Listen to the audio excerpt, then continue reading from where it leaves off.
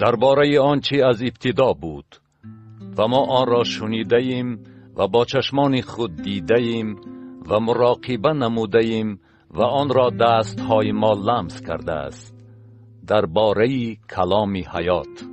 زیرا که حیات ظاهر شد و ما دیده ایم و شهادت می دهیم و به شما از حیات جاودانی خبر می دهیم که با پدر بود و به ما ظاهر شد.